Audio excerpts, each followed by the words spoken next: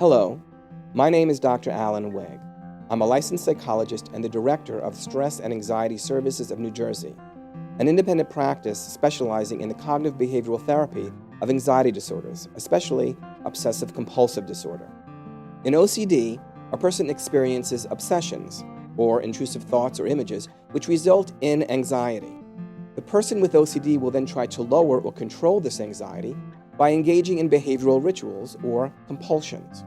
I have found that telling stories that in themselves have nothing to do with OCD or sharing metaphors is a wonderful way to get across the ideas behind the therapy and to help clients understand and commit to treatment.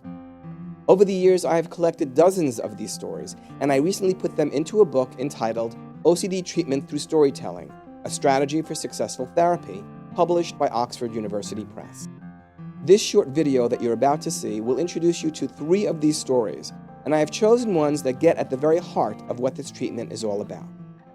Here they are. A bee trap is a device that you can put in your backyard so that when you have guests over and a bee enters the yard, the bee goes to the trap and it doesn't bother you or your guests. And you can make a bee trap yourself. It's easy. This is how.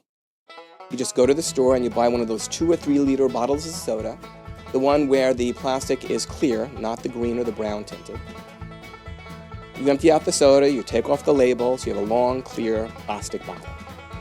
You take honey, you pour it into the top of the bottle, let it go straight down, form a small puddle at the bottom of the bottle.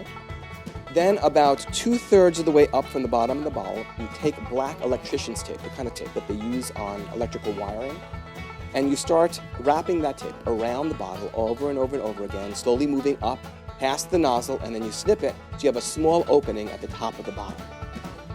Once the honey is dried, you now take the bottle, you turn it upside down, and you take a wire or an open paper clip, and you now tape it to what was the bottom of the bottle, but it's now the top, so you can hang it upside down in the tree. What ends up happening is a bee enters the yard. It doesn't have a nose, it can't smell, but it can detect the scent of the honey. And it follows that scent up through the opening at the bottom of the bottle, flies up inside to the roof where the honey is, and even though the honey is dried, it can extract certain things from the honey. And when a bee is ready to go back to the hive, it's sort of programmed that when it's in an enclosure, like a cave or a hollow tree trunk, it knows that the way out is where the light is. So it goes to where the light is, which is everywhere, towards what is now the top of the bottle. But of course, it slams its body against the plastic because the bee doesn't get the concept of plastic. But why doesn't the bee just say to itself, well, duh, I'll just go out the bottom of the bottle where the opening is the same way that I came in. It doesn't do that because every single time it flies down towards the bottom of the bottle, it's dark there. We blocked out the light with the black tape. And so it feels like it's flying in the wrong direction and it flies back up, but that keeps it trapped. In order for the bee to escape the trap, what it has to do is it has to fly in what feels like the wrong direction. It has to fly into the darkness to fly out to freedom. What's this got to do with the cognitive behavioral therapy for obsessive compulsive disorder? Everything. When you have OCD and you get anxious about whatever, your tendency is to either avoid or to do things to help yourself feel more safe and less anxious. The only way to really free yourself of the actual OCD trap is to fly into the darkness, to fly in the wrong direction, to move towards the very things that make you feel uncomfortable, to do the very things that make you feel more uncomfortable in order to free you. That is called exposure therapy because you're exposing yourself to the very thing that you want to escape from. But there are rules in exposure therapy, and the next couple of stories really review what those rules are. The horror story. You call me up and you say, let's go to the movies. And you're one of my best friends, and I'm so excited that you ask me to go to the movies with you that I don't even ask you what movie it is. So we go to the movies, we're walking, we're talking, we pay for the movies, we go into the theater, we sit down, and the movie starts. And I still haven't asked you what movie this is. I really haven't been paying attention. The movie is one of those basic horror films that are really gory.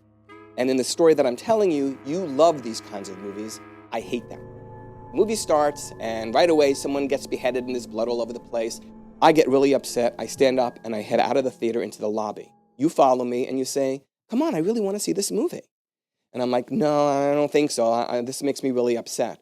So you know my weakness. And you say, I saw that in the front area there, they're selling those big buckets of popcorn with extra butter, and I will buy you one of those if you come and watch the movie with me.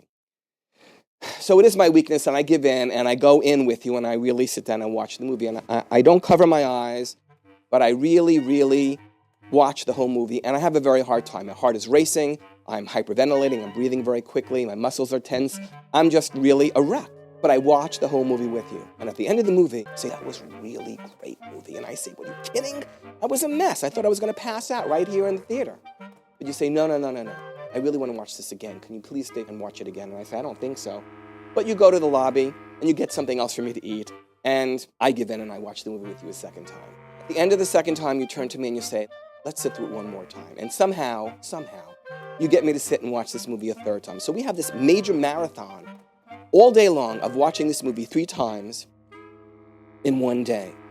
And then the next day comes and you call me up and you have the audacity to say to me, let's go to the same movie again. And I do. Don't ask me how you get me to go this time, but I watch it again with you, but not only once, again, 1, 2, 3 times. And so over the course of just 2 days, I watch this movie with you 6 times. And then there's a third day and the same thing happens 3 times in a row. And so we've watched the movie 9 times. And let's say it's a 4-day weekend, so you call me up again. And now, another marathon day. And so over the course of 4 days, you and I have watched this movie 12 times. Now, do I respond to this movie the 12th time the same way that I did the first time? Well, of course, the answer is no. Why? Because I got used to it. I know what's coming. There's no more surprises. Now, I might not like this movie the way that you do, but I don't have that strong visceral reaction to it anymore. I don't freak out. If anything, I'm bored. This process of getting used to is called desensitization. The word sensitive is in there. Another word that we use is habituation. The word habit is in there. It becomes habit-like to me. And the idea basically here is that in exposure therapy, in order to get over the fears that trigger your OCD, you have to not only fly into the darkness, but you've got to fly into the darkness over and over and over again. However, the more you fly into the darkness, the lower your anxiety will become. So a lot of people hear these 2 stories about the bee trap and the horror movie, and they say, okay, I understand that exposure therapy is the way to go to get over OCD, and I understand that I have to fly into the darkness over and over again, and if I do that, I will actually get over the fear, but I'm not interested. Why? Because I don't want to feel like you felt the first time you watched that movie.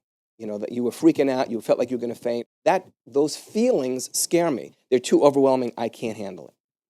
Perfectly understandable. And that's why we have the third story, short story. Very, very hot summer's day. Very, very cold, unheated, in-ground swimming pool. There are 2 strategies for entering that pool. One is the running cannonball dive, where you throw your body over the deep end of the water, you stick your knees into your chest, make yourself into a ball, and plow yourself into the frigid waters all at once, scream your guts out, and about 30 seconds later, you kind of get used to the water. The alternative, of course, is to go over to the shallow end where the stairs are and very slowly introduce your feet, and then your knees, and then your thighs, each time letting yourself get used to the water a little bit before you move on. We call this, in cognitive behavioral therapy, gradual exposure therapy or stepwise exposure therapy. And the main difference between that and just doing exposure therapy is that you have real control over how fast you face your fears, you fly into the darkness.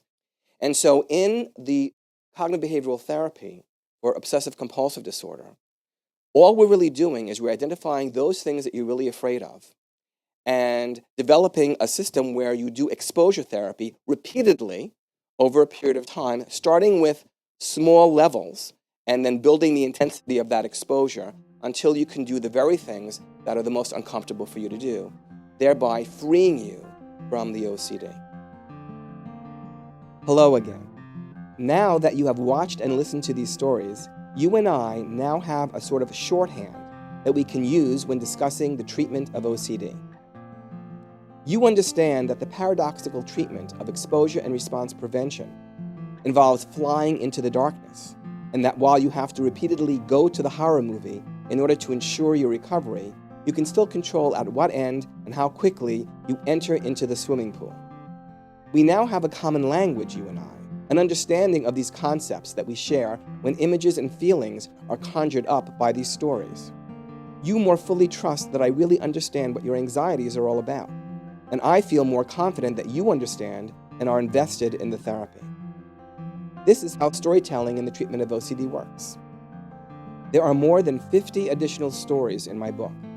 They are all designed to help therapists conduct treatment, to help family members understand what their loved ones are going through, and to guide those with OCD towards recovery. Thanks for watching.